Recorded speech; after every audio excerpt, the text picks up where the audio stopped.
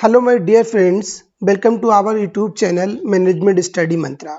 दोस्तों, इस वीडियो में हम डिस्कस करेंगे हाइपोथेसिस टेस्टिंग क्या होती है और इसका जो प्रोसीजर होता है उसमें कौन कौन से स्टेप होते हैं। अगर कोई भी आपको हाइपोथेसिस टेस्टिंग करनी है तो उसके लिए कौन कौन से स्टेप्स आपको फॉलो करेंगे, इन सारे स्टेप्स को हम वन बाय वन डिस्कस करते हैं।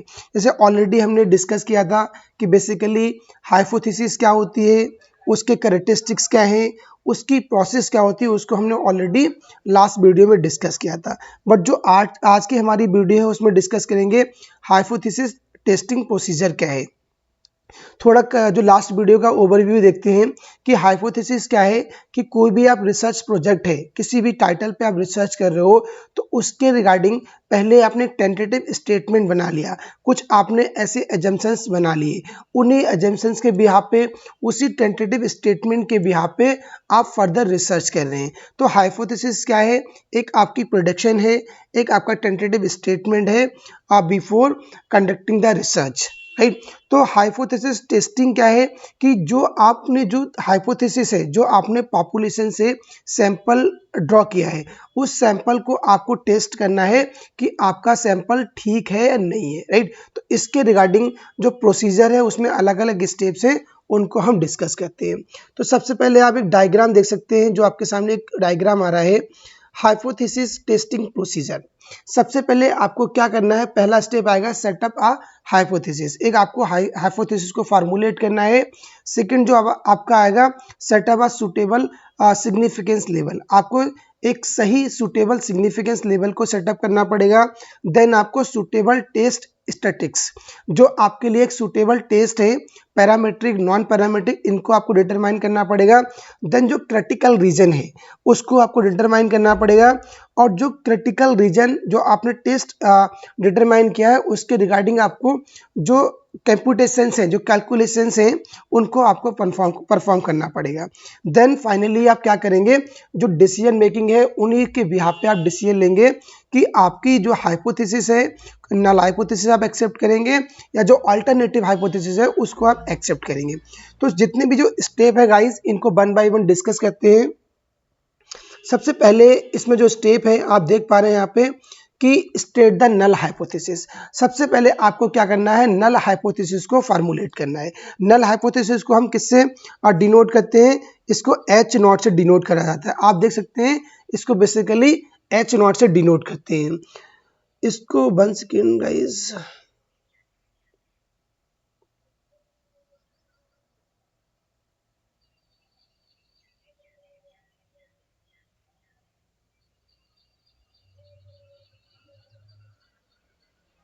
आप देख पा रहे हैं यहाँ पे जो नल हाइपोथेसिस है उसको हम किससे डिनोट करते हैं? जो एच नॉट से नल हाइपोथेसिस डोनेट करा जाता है, ये डिनोट करा जाता है। The null hypothesis represents the statement that there is no effect, कोई इफेक्ट नहीं होता है, उसको रिप्रेजेंट करती है। या कोई नो डिफरेंसेस है और नो रिलेशनशिप है। It is a position of neutrality, ये न्यूट्रलिटी की पोजीशन है। और एजम्पशंस हैं that are observed phenomena is due to the chance. यानी बेसिकली नल हाइपोथेसिस क्या होता है? नल हाइपोथेसिस वो हाइपोथेसिस होती है जहाँ पे एक वेरिएबल पे चेंज करने से दूसरे वेरिएबल पे, अनदर वेरिएबल पे कोई भी इफेक्ट नहीं पड़ता है, कोई वहाँ पर डिफरेंसेस नहीं आते हैं, उनके बीच कोई भी रिलेशन नहीं। जो आपका डिपेंडेंट वेरिएबल है और जो आपका इंडिपेंडेंट वेरिएबल है, उन एक वेरिएबल में चेंज करने से, लेट सपोज आपने चेंज किया इंडिपेंडेंट वेरिएबल में, तो जो डिपेंडेंट वेरिएबल है उसमें कोई भी चेंजेस नहीं हो रहे हैं, कोई उसमें इफेक्ट नहीं पड़ रहा है, कोई उन पर रिलेशन शो नहीं हो रहा है। तो ये कैसा हाइपोथेसिस है? इसको बेसिकली हम नल हाइपोथेसिस बोलते हैं और डिनोट करते हैं इसको H0 या H0। ये आपको अच्छे से ध्यान रखना है। इसके बाद आपने जब नल हाइपोथेसिस को फार्मूलेट कर लिया, देन आप इसमें देखोगे सेकंड आपका आएगा state the alternative hypothesis. Alternative hypothesis को हम किससे डिनोट करते हैं? H1 या H या H1 से डिनोट करते हैं। ये जो नल आपका अल्टरनेटिव हाइपोथेसिस है, बेसिकली ये अपोजिट होता है आपके नल हाइपोथेसिस से। This hypothesis is opposite of the null hypothesis. जैसे मैंने ऑलरेडी बताया कि बेसिकली जो नल हाइपोथेसिस है वो किसके अपोजिट है? अल्टरनेटिव हाइपोथेसिस के। Representing the statement that there is an effect difference and relationship. ये कहता है कि जो एक वेरिएबल है उसमें चेंज करने से दूसरे वेरिएबल में उसका इम्पैक्ट पड़ता है, उसका इफेक्ट पड़ता है, उनके बीच एक स्ट्रॉन्ग और रिलेशनशिप है, उनके बीच डिफरेंसेस हैं। जबकि जो नल हाइपोथेसिस था वहाँ पर कोई डिफरेंस नहीं था, वहाँ पर कोई रिलेशनशिप नहीं था, और वहाँ पर एक वेरिएबल में चेंज करने से अनदर वेरिएबल में कोई भी इफेक्ट नहीं पड़ रहा था।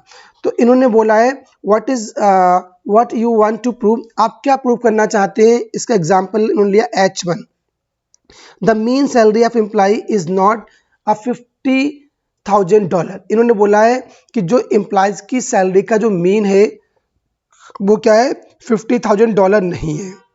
जबकि जो नल हाइपोथेसिस था उसमें हमने देखा था कि mean value of employees in a company is $50,000। जबकि इन्होंने बोला है जो नल हाइपोथेसिस के अंदर आपको टेस्ट करना है कि जो एम्प्लॉय है उनकी सैलरी का जो मीन है वो कंपनी में 50,000 है, जबकि जो अल्टरनेटिव हाइपोथेसिस है उसमें बोला नहीं है। इन्हीं को आपको आगे टेस्ट करना है। जब आपने एक जो हाइपोथेसिस है उसको आपने सेटअप कर लिया, फार्मूलेट कर लिया, then you have to move for the second step. Second step में क्या करेंगे, choose the level of significance. अब आपने जो हाइपोथेसिस है उसको आपको सिलेक्ट कर लिया, फार्मूलेट कर लिया, अब आपको लेवल ऑफ सिग्निफिकेंस को चूज करना पड़ेगा। लेवल ऑफ सिग्निफिकेंस को हम डिनोट करते हैं अल्फा, इसे अल्फा से डिनोट कराया था, ये आपको ध्यान रखना है। The level of significance often set at 0.5 0.05 is the probability of the rejecting the null hypothesis when is actually true type 1 error. Common choice for a alpha are 0.05, 0.01 और 0.10।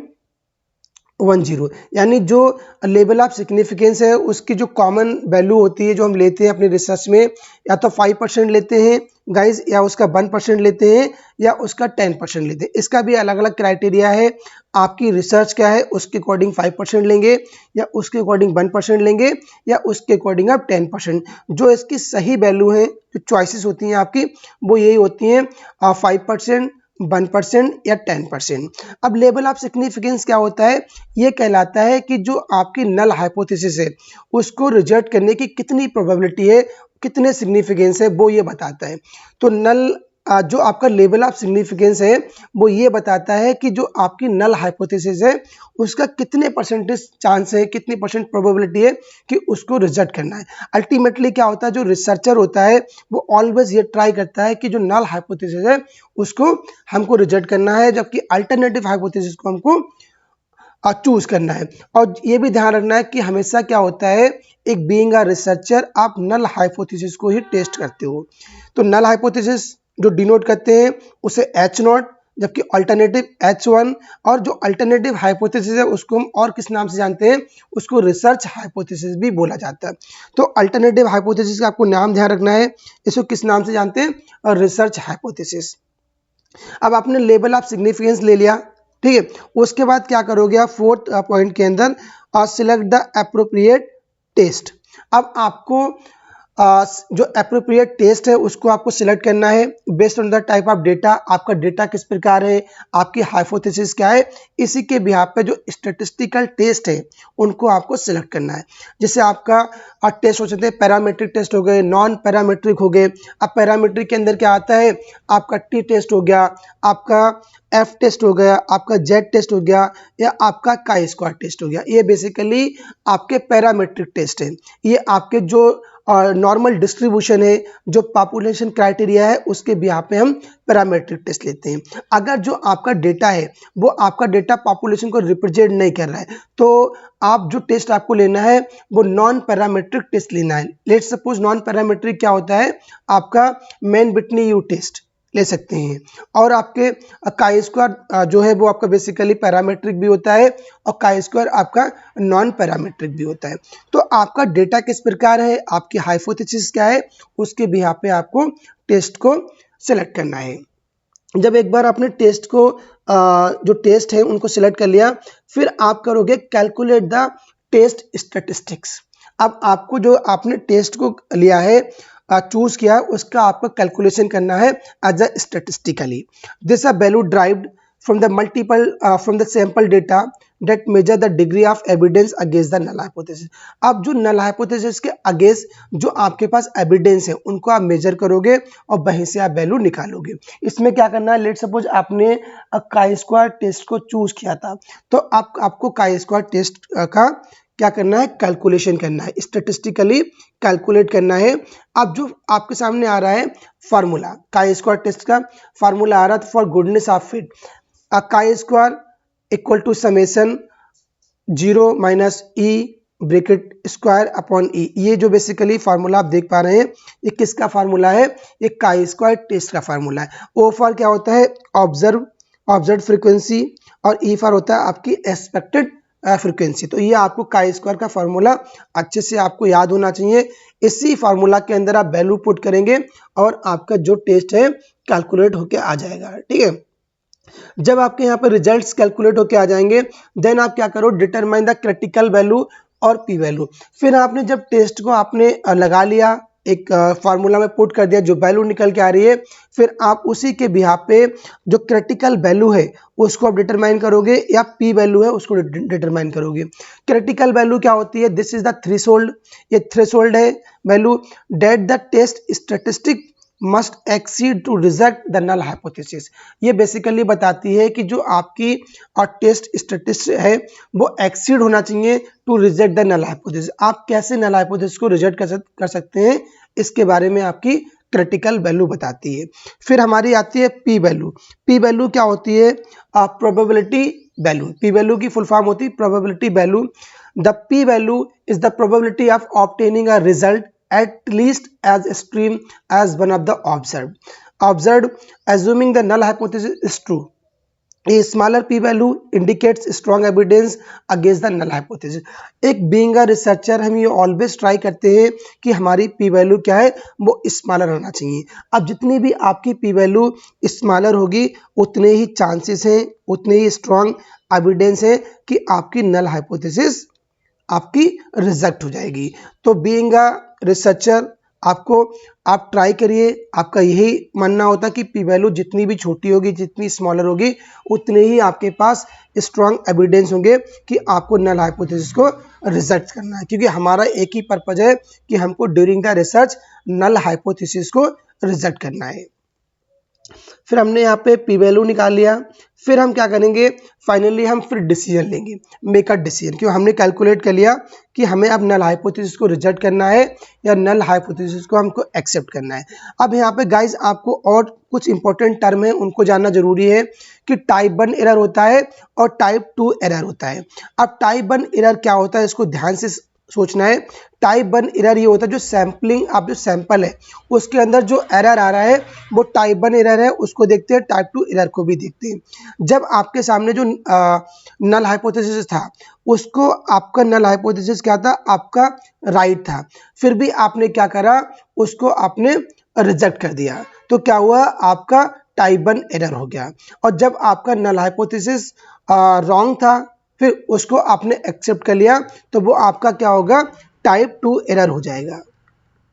टाइप 2 एरर क्या, तो टाइप 2 एरर क्या होता है कि जो आपका null hypothesis है वो आपका रॉन्ग है, फिर भी उसको आपने क्या करा, एक्सेप्ट कर लिया, is known as type 2 error. और टाइप 1 एरर क्या होगा, टाइप 1 एरर होगा आपका, टाइप 1 एरर क्या कहलाएगा कि जो आपका नल हाइपोथेसिस था वो आपका सही था, फिर भी आपने उसको क्या करा, रिजेक्ट कर दिया, तो वो आपका नल हाइपोथेसिस आपका टाइप 1 एरर हो जाएगा। टाइप 1 एरर को हम डिनोट करते हैं अल्फा एरर, जबकि टाइप 2 एरर होता है बेसिकली वो आपका बीटा एरर होता है। तो आपको पता होना चाहिए रिसर्चर बीइंग अ रिसर्चर की टाइप 1 एरर क्या होता है सैम्पलिंग के अंदर, टाइप 2 एरर क्या होता है, और टाइप 1 एरर को हम किससे डिनोट करते हैं और टाइप 2 एरर को किससे डिनोट करते हैं। जैसे मैंने ऑलरेडी बताया, टाइप 1 जो एरर है उसको हम अल्फा से डिनोट करते हैं और टाइप 2 एरर है उसको हम बीटा से डिनोट करते हैं।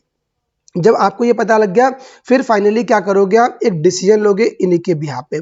अब डिसीजन कैसे लेना है, if P value less than level of significance, जो आपके सामने अल्फा दिया गया है ये लेवल ऑफ सिग्निफिकेंस है। जब आपकी P value level of significance से कम है, राइट, तो रिजेक्ट द नल हाइपोथेसिस, आप जो नल हाइपोथेसिस उसे रिजेक्ट करेंगे, उसके रिगार्डिंग आपके पास बहुत ही स्ट्रांग एविडेंस है कि सपोर्ट करना है आपको अल्टरनेटिव हाइपोथेसिस को।